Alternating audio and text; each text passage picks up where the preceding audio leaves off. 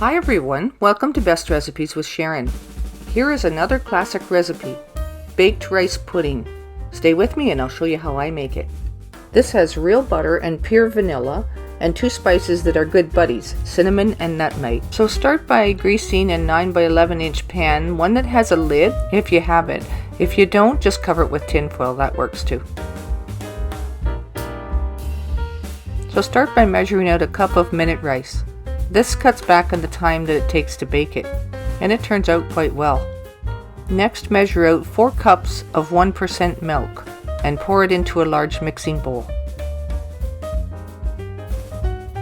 Then add 1 cup of white minute rice.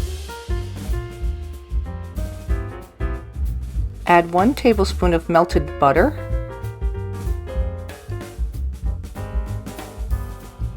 now then add 1 teaspoon of nutmeg.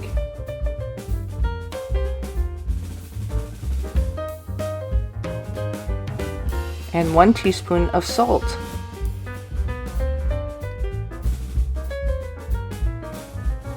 Next you add half a teaspoon of cinnamon. Then 1 teaspoon of pure vanilla. I prefer the pure vanilla in this dish because I believe it enhances the flavor a little more, but you can use the artificial vanilla if that's what you have on hand. Now stir and whisk that in until it's really well incorporated. Then pour it into your greased pan, and it will appear quite runny at this point.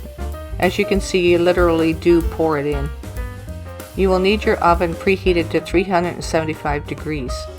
The idea is that you will bake it for about 30 minutes and pull it out and add the rest of the ingredients and continue baking it. So for the first 30 minutes, cover it with your lid or tin foil so that it doesn't dry out before it actually starts to bake. So into the oven it goes for 30 minutes. And while that's baking in the oven, prepare the rest of the ingredients for step 2. So get out a medium-sized bowl, and you'll measure about a cup of half and half cream. Start by pouring this into your bowl. Then add about a cup of raisins to this. Adding the raisins about halfway through the baking time reduces the chances of the raisins sinking to the bottom, and they'll be better distributed. Then add 3/4 of a cup of white sugar. And adding this at halfway through the baking time reduces the chances of clumping. Therefore you have a better texture. Then crack open 1 egg and beat it really well and add it to the mixture. And we add the egg in this step 2 because it also needs to be mixed in really thoroughly, and we don't want it to start cooking in little clumps as well. So mix that together with a fork so that it's well incorporated before you add it to the other mixture.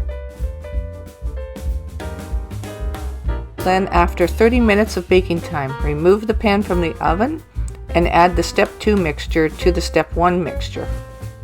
And mix that in till it's really thoroughly distributed. Then you'll place it back in the oven at the same degrees, 375 degrees, for about another 30 minutes or until it's the desired consistency that you like. Only this time leave it uncovered. And when it's about 5 minutes before the end of its baking, you can actually sprinkle it with a little bit more nutmeg and cinnamon. You can add a little sugar to the nutmeg and cinnamon if you're going to sprinkle it on top a little bit. It also helps. It helps to make it just a little bit more tasty, and it complements the cinnamon and nutmeg.